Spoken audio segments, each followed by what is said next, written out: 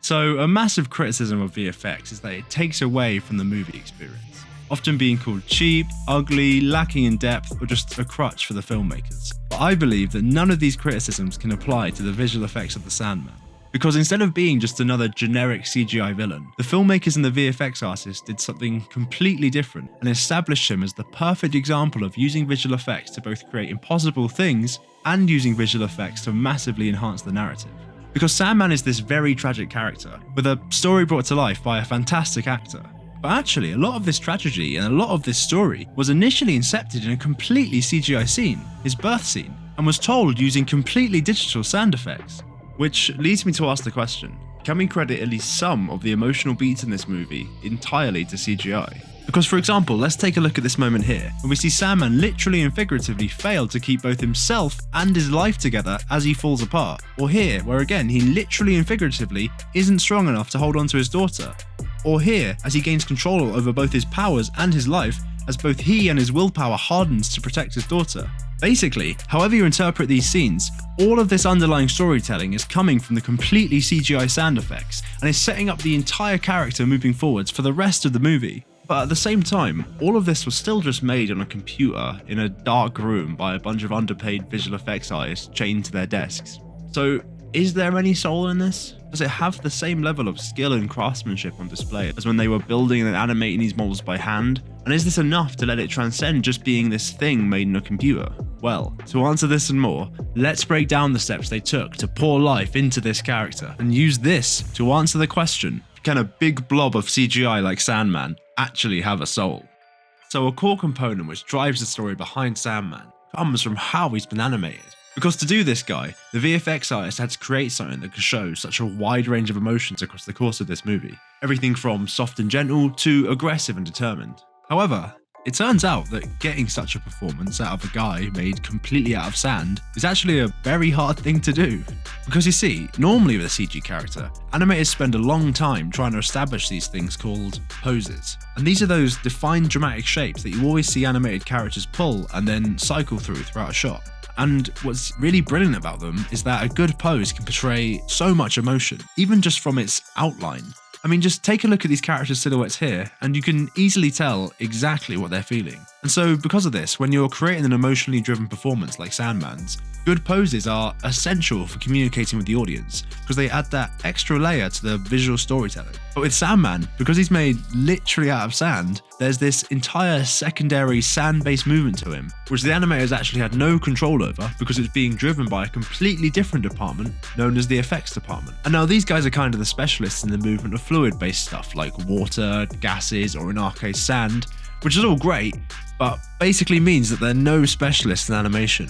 And so what would happen is that by adding the sound effects, they were completely changing the core shapes and silhouettes the animators had just spent so long trying to portray, because they'd have him suck up sand in some places and lose sand in others. And so by modifying the distribution of sand across his body like this, all of the poses and therefore all of the subtle emotions that the animators were trying to portray were now completely different and therefore completely wrong, and therefore telling completely the wrong story about Sandman.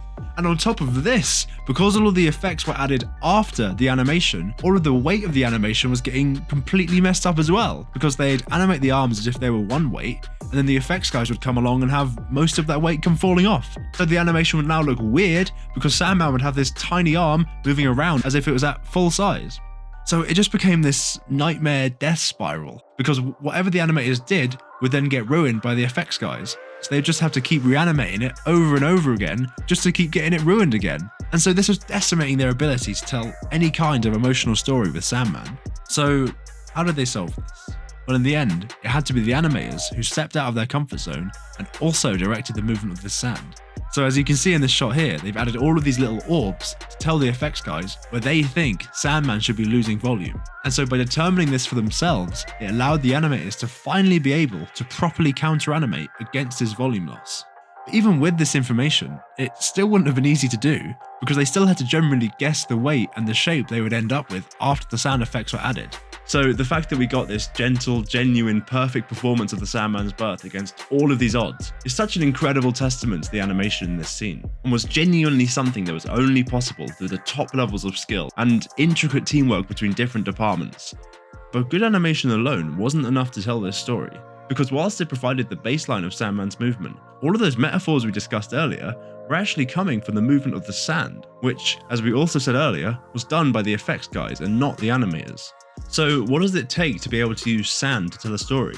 And why didn't they use animation to do it? Well, because it would take so flipping long to hand animate every single grain of sand on the screen, computer simulations are used to crunch the numbers and figure out how exactly the sand should move. And so in the case of Sandman, particle simulations were used, and the artist looked at real-world forces like gravity, weight, and wind resistance to figure out how to advect these particles in a believable manner. However, for Sandman, back in 2007, this was the first time anyone had done any sort of particle simulation on this scale. In fact, at the time, most particle sims on screen only had several thousand particles in them. But for Sandman, because of how fine a grain of sand is, he needed to have literally hundreds of millions of particles on him, which was going to take a ridiculous amount of time for the computer to calculate, because there was just so much data for it to crunch through. And more so than this, these particle sims were going to need a hell of a lot of custom programming just to get them working. So much so that development on Sandman started at a point where the filmmakers didn't even know what he was going to be doing in the final movie. And so because of this, the developers just went about building all sorts of possible sand simulations for everything that you might see in the movie, from wet sand to dry sand to airborne sand, and also making sure to build in all those different little behaviors you expect to see, like clumping, sticking, grating, and collision with one another. But the key to all of this was making sure that these different simulations were able to talk to each other and affect one another. So for example, the simulation that figured out how the sand should flow in the wind would be able to talk to the simulation that figured out how the sand should collide with things. Or these would be able to talk to the primary particle simulation that figured out how the bulk of the sand should move. And so all of these could now be seamlessly tied together. And this is what unlocked the true potential for telling Sandman's story, as it allowed a level of control where any storytelling potential was possible. Now they could portray these subtle emotions on screen because the sand was capable of doing anything they needed, and therefore bring this much deeper level to the film. But as I always say on this channel, I've made it sound here like they built this magical machine that just generates these amazing sand simulations at the press of a button. And this of course is never ever the case. This stuff never just works. Instead, these sand simulations were absolutely the biggest problem of doing this character. Because whilst using simulation lets you manipulate millions of points at once, it's also an absolute nightmare to control, because you can't just tell a simulated point to move up or move to the left, because then you lose that realistic advection that you get from using real-world forces. And instead you've got to work with these real-world forces like wind and gravity to find a way to move all these points correctly. And so while simulation gives super realistic results, it's also a lot of trial and error to get it looking right, iterating through thousands of different versions of the same simulation until you find out one that looks perfect.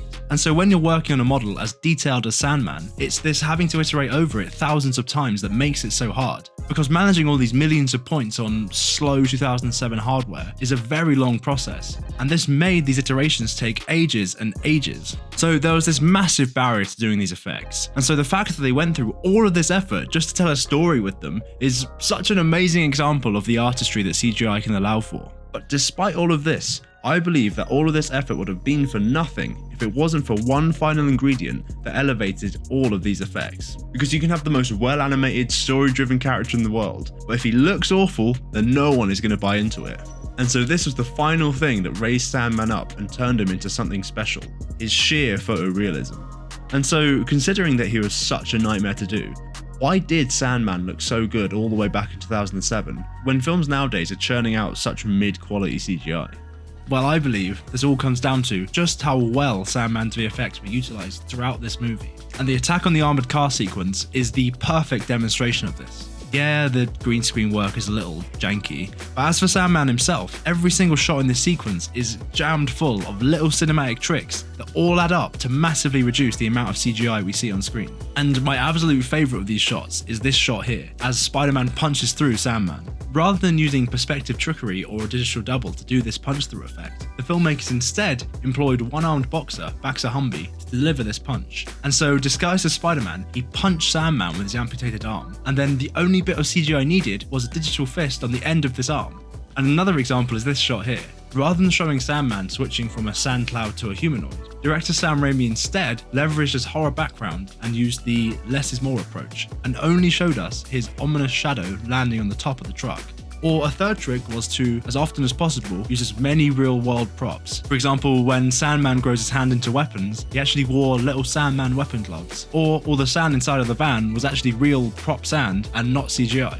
And beyond this scene, another trick they always use is to obscure Sandman in the dark, where you can see a lot less of his VFX. So basically, however you look at this, the filmmakers stack the deck in their favour via a fantastic use of these little tricks to hide as much CGI as possible from the audience. In fact, there was only one scene in this entire movie that couldn't employ any of these little tricks, and that was the fantastic Birth of the Sandman scene.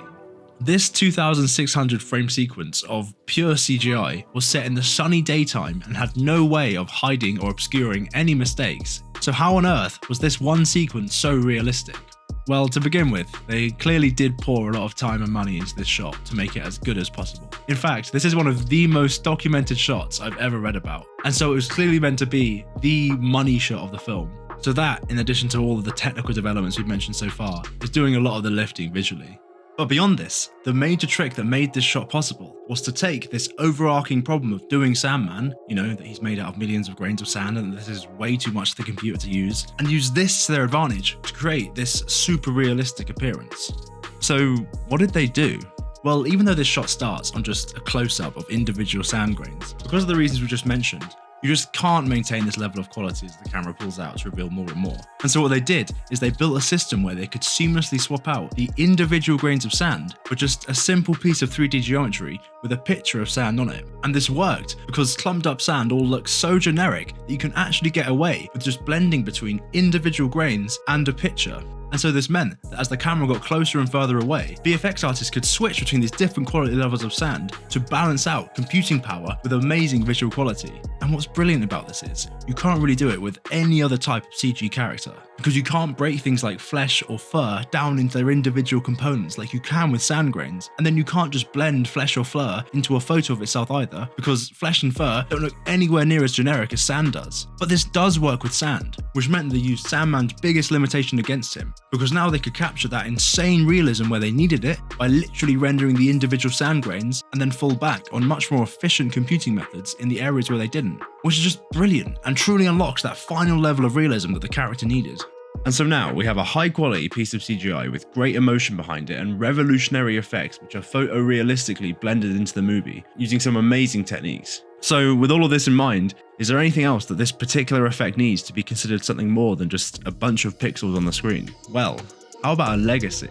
Let's jump to the year 2021 and check out the return of the Sandman in the film Spider-Man No Way Home and see how the last 14 years of VFX evolution has changed the production of the Sandman, and use this as our final metric to gauge whether or not Sandman has a soul. So what did change? Well, the answer is nothing. Seriously, nothing. Sandman was so ahead of his time that pretty much everything they used to make him back in the day is the exact same as it is today. Okay, of course it's not the exact same custom code that they wrote back in 2007, and they didn't just load up their old Sandman files and get cracking back on with it. But what they did use was the modern iteration of all of those things. Basically, these were the things that the seeds they sowed back in 2007 had individually grown into, and therefore at the core of all of this were the exact same fundamental techniques. In fact, things were so similar that the VFX artists were actually fearful to take him back on again, knowing all the trauma they went through the last time doing Sandman. So overall, the only improvement after all this time was computing power. Nowadays, computers are so much faster and they can actually handle his crazy demands a bit better, meaning simulating him and managing all of his data is a lot easier. But otherwise, that's it. That's the only change, which is such a testament to how amazing this guy was back in 2007. And certainly, he's a character that needs to be up there and recognised for his contributions to the VFX world. So when we tie all of this together, I think we can very safely say that Sandman is a character that transcends just being something made in the computer. From the technical skill to the artistry involved, this guy is the perfect example of a story that could only be told using visual effects. So much so that they had to make their own sand visual effects from scratch and come up with their own animation workflow for this. Because without any of this, they couldn't have put Sandman in the film, and the film would have had to have gone in a completely different direction. Which is enough for me to conclude that Sandman is a genuine, soul-filled piece of CGI, both in terms of production, art, narrative, and story. So what do you guys think of Sandman's VFX? Would an entire movie about Sandman have been better than the one we got with New Goblin and Venom thrown into the mix? And do you think the sound effects could have held up for that much screen time? And if you like this video and want to see more deep dives into the best and most underrated VFX of the last 25 years, then please leave a like and give me your thoughts in the comments and subscribe for more. But otherwise, yeah, thank you for watching and have a great